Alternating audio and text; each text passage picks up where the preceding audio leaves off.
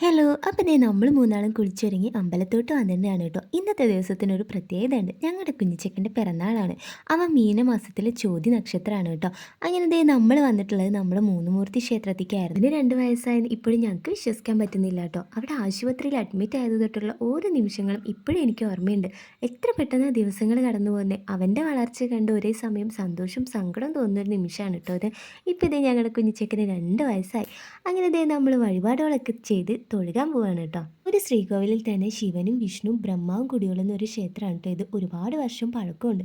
അതുകൊണ്ട് തന്നെ നല്ല അടിപൊളി ആംബിയൻസ് ആണ് കേട്ടോ എല്ലായിടത്തും. അങ്ങനെ തൊഴുകലൊക്കെ കഴിഞ്ഞ് പിന്നെ നമ്മൾ ഫോട്ടോ സെക്ഷൻ ആയിരുന്നു കേട്ടോ.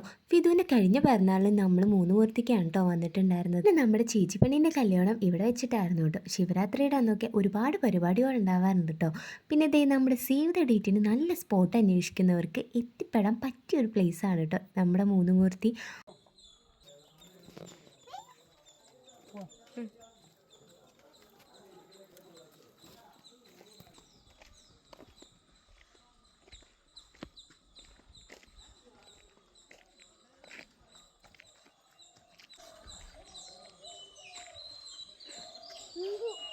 അങ്ങനെ തന്നെ നമ്മൾ വീട്ടിൽ പോകാനുള്ള തിരക്കിലാണ് കേട്ടോ. നമ്മൾ അവൻ്റെ ഡേറ്റ് ഓഫ് ബർത്ത് സെലിബ്രേറ്റ് ചെയ്യാമെന്ന് വിചാരിച്ചിട്ടാണ് കേട്ടോ. നാളിൻ്റെ അന്ന് വിളക്കത്ത് വിളമ്പുന്നതോടെ നമ്മൾ ചെറിയ രീതിയിലൊരു സദ്യയൊക്കെ ഉണ്ടാക്കിയിട്ടുണ്ടായിരുന്നു. എൻ്റെയൊക്കെ പിറന്നാളിന് ഇല ഇട്ടിട്ട് അമ്മ ചോറ് വിളമ്പി തരുമ്പോൾ അതിരുന്ന് കഴിക്കാമെന്നല്ലാതെ സദ്യക്കൊന്നും ഒരു ഹെൽപ്പ് പോലും ഞാൻ ചെയ്തിട്ടുണ്ടായിരുന്നില്ല കേട്ടോ.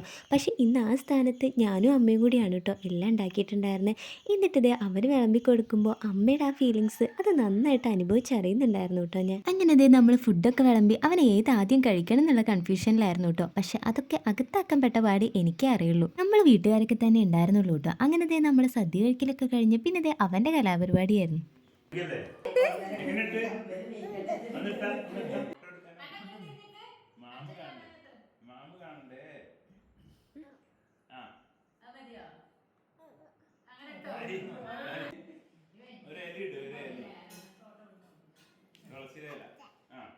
അവിടെ നിന്നിട്ടാ അത് മതി തലയിൽ വെച്ചോ.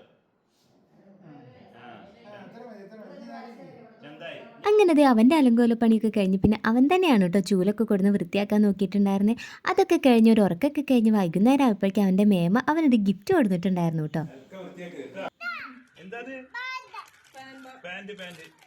പിന്നെന്താ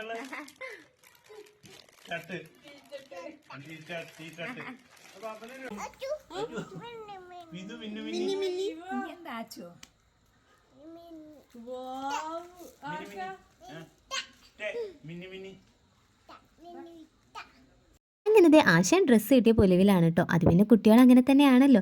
അപ്പോൾ ഇങ്ങനെയൊക്കെയായിരുന്നു നമ്മുടെ ഫിദപ്പൻ്റെ ഒരു കുഞ്ഞു പിറന്നാൾ ആഘോഷം. അപ്പോൾ നമ്മുടെ വീഡിയോസ് ഇഷ്ടമാവുകയാണെങ്കിൽ സപ്പോർട്ട് ചെയ്യാൻ മറക്കല്ലേ. ടാറ്റാ.